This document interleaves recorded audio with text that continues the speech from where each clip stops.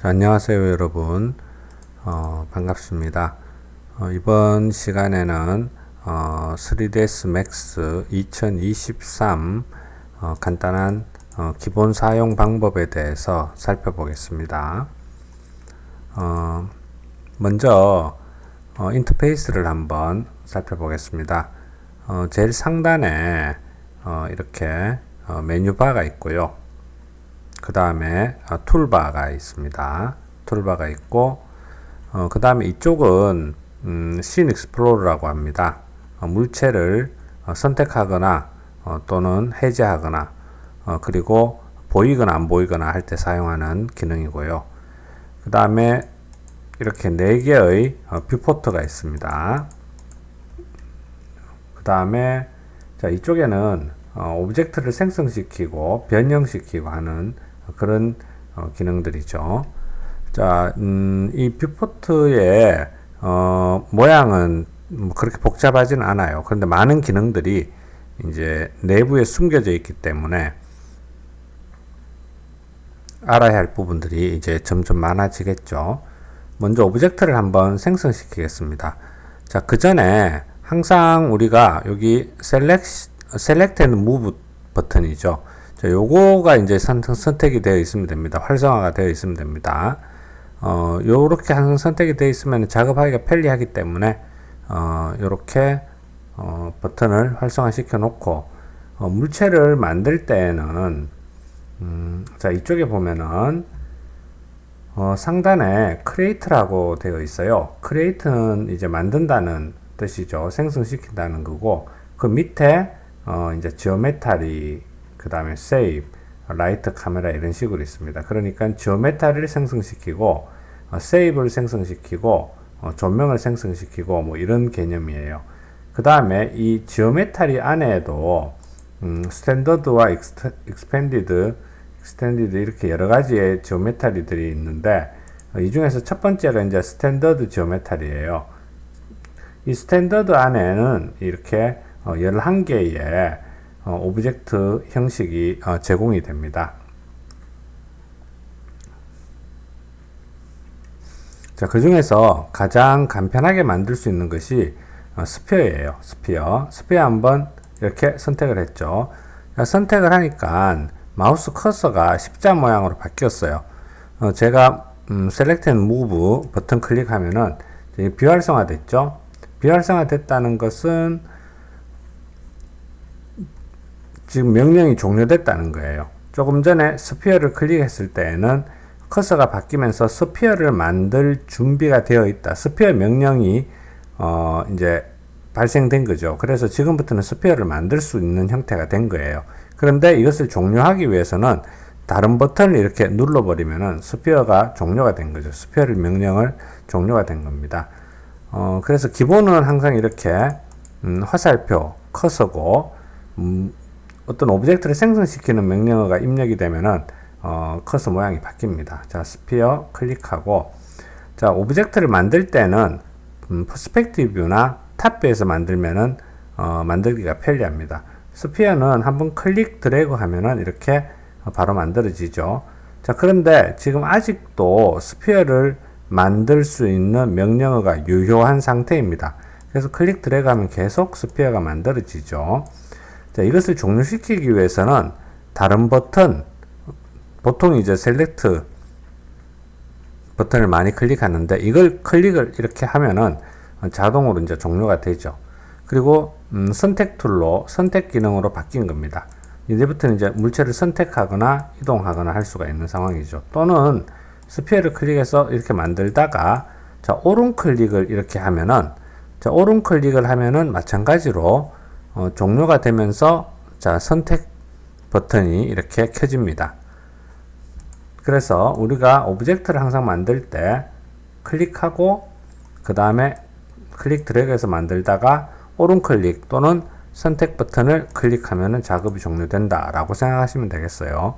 자, 여러가지 지금 스피어를 만들었는데 물체를 선택하고 지우기 위해서는 이렇게 클릭해서 드래그 하면은 그 범위에 걸친 오브젝트들은 모두 선택이 이렇게 됩니다. 이렇게 선택해서 지워버려도 되죠. 델리트 키로. 또는 여기서 선택해야 돼요. 그 다음에 한 개씩 하려면 선택하고 컨트롤 키 누르고 이렇게 선택을 하면 돼요. 선택을 해제하기 위해서는 Alt 키 누르고 이렇게 한 번 더 눌러주면 되고, 또는 이렇게 선택되었다가 Alt 키 누르고, 자, 그럼 커서가 마이너스가 생겼죠. 여기에서 이렇게 다시 한번 드래그 해주면은 선택이 해제가 됩니다. 또는 우리가 여기 이제 씬 익스플로러가 있는데 여기에서 물체를 선택할 수가 있습니다. 이렇게 컨트롤 키 누르고 이렇게 선택을 추가로 해줄 수가 있고요. 특정 오브젝트를 이렇게 선택해서 선택을 할 수 있습니다. 클릭해서 선택을 할 수가 있고, 자, 이렇게 한번 지워볼까요? 딜리트 하면 지워지죠. 뭐 여기서 선택하나 여기서 선택하나 상관은 없어요. 그런데 이제 요게 편할 수도 있고요. 근데 요게 이제 공간을 차지하기 때문에 이 씬 익스플로러를 안 사용할 수도 있습니다. 요걸 이렇게 드래그 해버리면은 메뉴바가 이렇게 분리가 되죠. 분리가 되고, 요걸 다시 추가를 하려면은 자, 오른클릭, 이 메뉴 상단에 있는 메뉴를 오른 클릭하면은 이렇게 메뉴가 나오는데, 여기 자 레프트로 다시 이렇게 붙여버릴 수도 있어요. 뛸 수도 있고 붙일 수도 있고, 그 다음에 애초에 그냥 없애버릴 수도 있겠죠. 자, 이렇게 분리시키고, 자, 여기 꼽혀 보이죠? 요거를 닫게 해버리면은 없어져 버립니다. 그 다음부터는 여기 이제 안 나오겠죠, 그죠? 자, 저는 요거 닫아 버릴게요. 자, 요렇게 하면 공간이 좀 넓게 사용할 수 있기 때문에 모니터가 좀 적은 분들은 이렇게 좀 넓게 사용을 해도 괜찮습니다.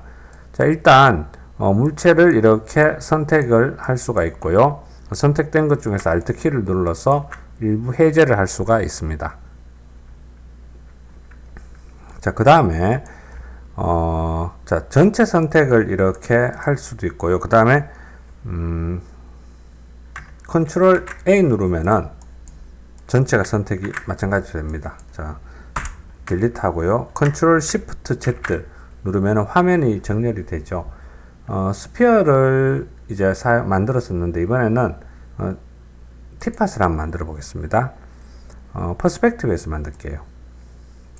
자, 그 다음에 작업 종료 오른 클릭. 이렇게 티팟을 만들었는데, 티팟은 모양이 있죠. 스피어와는 달리. 자, 뷰포트에 대해서 지금 이제 간단하게 설명을 드릴게요. 먼저 뷰포트는 4개로 나누어져 있어요. 퍼스펙티브는 이렇게 돌려볼 수 있습니다. 요 하단에 여기 돌려볼 수 있는 오비 툴이 있는데, 이렇게 돌려볼 수 있습니다. 위에 뭐 아래에 이렇게 돌려볼 수가 있고요. 그런데 이 돌려보는 이 기능을 프론트, 탑, 레프트에서 돌려보면은 이렇게 좀 이상한 모양으로 바뀌어 버려요. 이럴 때는 다시 프론트는 단축키 F죠. 이렇게 F를 누르면은 프론트 뷰 되돌아갑니다.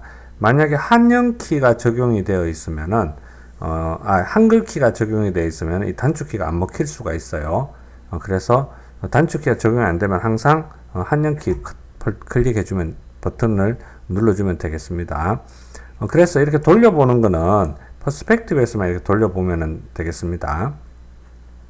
이렇게 지금 돌려볼 수 있는 이런 명령어가 입력이 되어 있기 때문에 또 커서가 모양이 좀 달라져 있죠. 자, 이걸 다시 또 셀렉션 툴 클릭하거나 자, 오른 클릭하거나 이렇게 하면 항상 선택 툴로 전환이 됩니다. 그 다음에 뷰포트를 이렇게 줌할 수 있습니다. 마우스 휠을 이용해 가지고 커서가 있는 모양, 있는 부분이 줌이 이렇게 되는 거예요. 제가 여기 커서를 두면은 여기가 줌이 되고, 이렇게 제가 마우스 휠을 이렇게 밀고 당기고 하는 거죠, 지금. 그 다음에 마우스 휠을 꾹 누르면은 손바닥이 됩니다. 뭐 거의 그래픽 많은 프로그램들이 이렇게 손바닥과 마우스 휠을 이용해서 줌을 하는 기능들을 가지고 있습니다. 그래서 지금 마우스 휠로 손바닥 하거나 줌하거나 또는 이렇게 화면을 돌려보거나 이런 기능들을 자주 쓰게 됩니다. 그 다음에 컨트롤 시프트 Z를 다시 한번 해볼게요. 컨트롤 시프트 Z 하면은 이 오브젝트가 이 뷰포트를 가득 채우게 됩니다. 뭐 줌해서 이렇게 뭐 안 보이게 하거나 이렇게 되어 있다면 컨트롤 시프트 Z 하면 항상 정렬이 되죠. 그래서 컨트롤 시프트 Z를 자주 사용하면 되겠습니다. 자, 그 다음에 박스도 한번 만들어 볼게요. 자, 이거는 티파스는 선택해서 딜리트 시키고 컨트롤 시프트 Z에서 화면 이렇게 깨끗하게 만들고, 자, 박스를 클릭하면은 이제 박스를 만들 준비가 됐겠죠. 자, 밑면을 먼저 만들고요. 그 다음에 마우스 커서를 놓고 이렇게 올리면은 높이가 생깁니다. 그 다음에 오른 클릭, 다시요.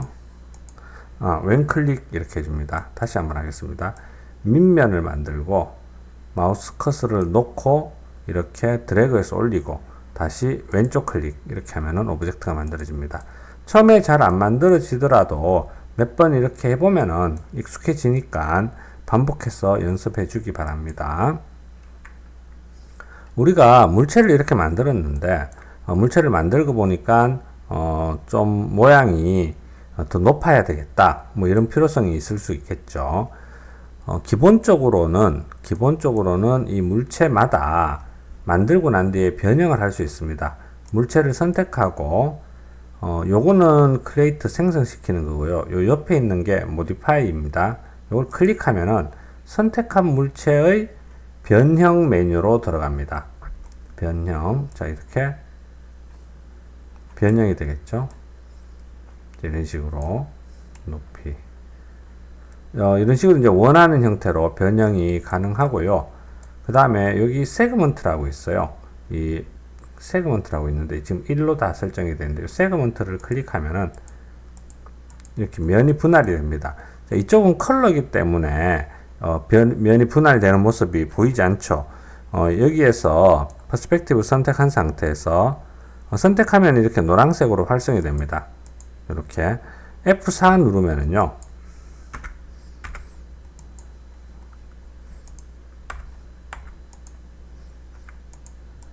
잠시만요.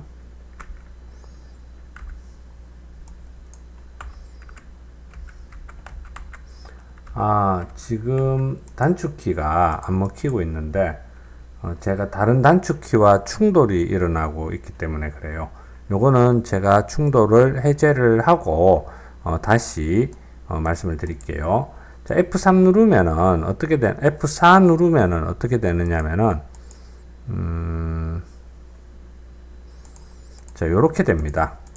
요렇게 세그먼트가 생깁니다. 세그먼트. 면을 이제 분할시키는 거죠.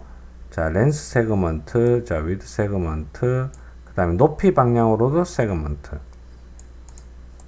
자, 이 물체나, 이걸 한번 복사를 할게요. 복사는 Shift 하고 드래그 해주면 됩니다. 이건 뭐 다음에 제가 또 설명을 드릴게요. 자, 지금 이 물체나 모양은 똑같습니다. 모양은 똑같은데 이건 세그먼트로 많이 나누어져 있고요. 이거는 세그먼트가 다 1이죠. 모양은 똑같지만 이 세그먼트가 많은 데이터가 훨씬 더 무거운 데이터이게 됩니다. 그래서 우리가 특별한 이유가 없다면은 이렇게 똑같은 모양일 때는 세그먼트를 많이 쓰지 않는 것이 훨씬 더 데이터 관리 측면에서는 좋죠. 근데 이 세그먼트가 이제 필요할 때가 있습니다. 예를 들어서 우리가 뭐 여러 가지 이제 변형, 즉 모디파이어 수정을 할 수가 있는데 밴드 같은 걸 한번 줘볼게요. 이렇게 구부리는 기능이 밴드입니다. 근데 이 세그먼트가 없을 때에는 밴드를 주면은 잘 구부러지지가 않아요. 이렇게 안 되죠. 그래서 하단에 박스에 들어가서 자, 이렇게 높이 방향으로 세그먼트를 주고 다시 밴드를 이렇게 해주면은 이제 구부러지는 거예요. 그래서 세그먼트가 많다고 무조건 좋은 것도 아니고 또 적다고 무조건 좋은 것은 아닙니다. 적합한 모델링을 만들기에 적절한 정도의 세그먼트가 있으면 되는 거죠. 그래서 불필요하게 세그먼트를 만들 필요는 없지만은 이렇게 또 세그먼트가 있어야 될 곳에서는 세그먼트가 꼭 추가가 되어야 되겠죠. 뭐 그런 정도로 이해를 하면 되겠습니다. 자, 그러면 이제 지워버리고 컨트롤 시프트 Z 하고 여기에 있는 기본 도형 중에서 이번에는 뭐 실린더 같은 거 한번 해볼까요? 자, 실린더는 윗면이 이렇게 만들어지고요. 또는 이게 아랫면이 될 수도 있죠.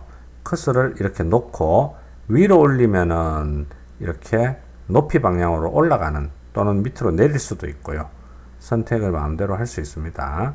자, 이렇게 내려서 실린더를 하나 만들고, 자, 마찬가지로 오른 클릭하면은 작업이 종료되면서 선택 툴이 켜졌죠. 자, 이 실린더를 선택을 하면은 이런 트랜스폼 기즈모라고 해서 화살표들이 나옵니다. 자, 요건 X방향, Y방향, Z방향 이렇게 나누어지는데 이 X방향으로 커서를 이렇게 올리면 요 X방향의 화살표가 노랗게 바뀌죠. 자, Z도 마찬가지, Y도 마찬가지입니다. 자, 이렇게 노랗게 바뀔 때 그 방향으로 움직이면은 이동이 됩니다.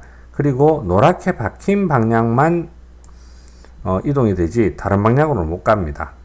그래서 우리가 어떤 위치로 이동을 할 때는 이 커서를 이용해서 물체를 어느 방향으로 갈지를 선택을 해줘야 됩니다.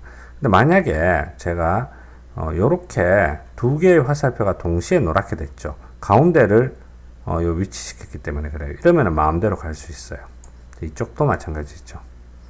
이렇게 Z 방향과 Y 방향으로는 마음대로 갈 수 있어요. 그런데 자, 요렇게 X 방향으로는 안 되겠죠. X 방향은 이쪽 방향이고. 자, 여기서 한번 볼까요? 여기서도 마찬가지입니다. X, X만. 위로는 못 가죠. 그래서 여러분들이 이 커서의 노란색으로 바뀌었을 때 그 방향으로 갈 수 있다 라고 생각을 해주면 됩니다. 자, 이거는 로테이션도 마찬가지입니다. 자, 요거는 이제 회전이죠. 로테이션인데, 자, 요렇게 지금 Y축을 중심으로 회전시키는 거예요. 컨트롤 Z. 컨트롤 Z는 되돌아가는 거죠. 자, 그 다음에 이거는 X축을 중심으로 회전시키는 거고, 자, 이거는 자, Z축을 중심으로 회전시키는 겁니다. 각각의 회전시킬 때마다 그 회전시키는 방향이 노란색으로 바뀌는 것을 알 수 있습니다. 자, 그 다음에 스케일도 마찬가지입니다. 스케일은 세 가지가 있어요, 여러분. 요 세 가지가 있는데, 일단 지금은 요 첫 번째 거, 요것만 여러분들이 사용을 해주면 됩니다. 요거 꾹 누르면 메뉴가 여러 가지 나오기 때문에 다른 것들을 사용할 수가 선택을 할 수가 있는데, 첫 번째 거 요것만 선택을 해주면 되겠습니다. 자, 이것도 이렇게 세 개의 XYZ가 모두 노랗게 됐을 때는 이렇게 크기를 조절하면은 XYZ 모두 커지죠. 그런데 자, Z 방향만 이렇게 키울 수도 있고요. 자, Y 방향만 이렇게 키울 수도 있습니다. 자, 컨트롤 Z 하고, 자, 선택된 것을 지워버리겠습니다. 우리가 이제 물체를 이동시키고 뭐 회전시키고 스케일 하는 것을 배웠습니다. 이동시키고 회전시키고 스케일 하는 거, 요 세 가지를 여러분들이 마음대로 잘 활용할 수 있어야 되겠습니다. 그리고 물체를 이쪽에서 생성한다는 거 배웠고요. 생성한 다음에는 모디파이 들어가서 변형을 할 수가 있습니다. 자, 팁팟 한번 퍼스펙티브에서 생성시켰고요. 그 다음에 이 상태에서 오른 클릭을 하고, 그 다음에 이렇게 모디파이어로 들어가면은 선택이 되어 있기 때문에 모디파이어에서 이렇게 메뉴가 나타납니다. 자, 레디어스 값 이렇게 조절할 수 있고요. 세그먼트 값 이렇게 조절할 수 있습니다. 세그먼트가 너무 낮아지니까 모양이 이렇게 변형이 되어 버리죠. 이렇게. 그 다음에 위치를 뭐 마음대로 옮겨 다닐 수가 있겠죠. 이런 정도로 아주 기본적인 이 맥스 운용 방법에 대해서 좀 살펴봤습니다. 자, 그럼 여기까지 여러 번 반복해서 공부를 좀 해서 익숙한 상태에서 여러분들이 오브젝트를 만들 수 있기를 바랍니다. 감사합니다.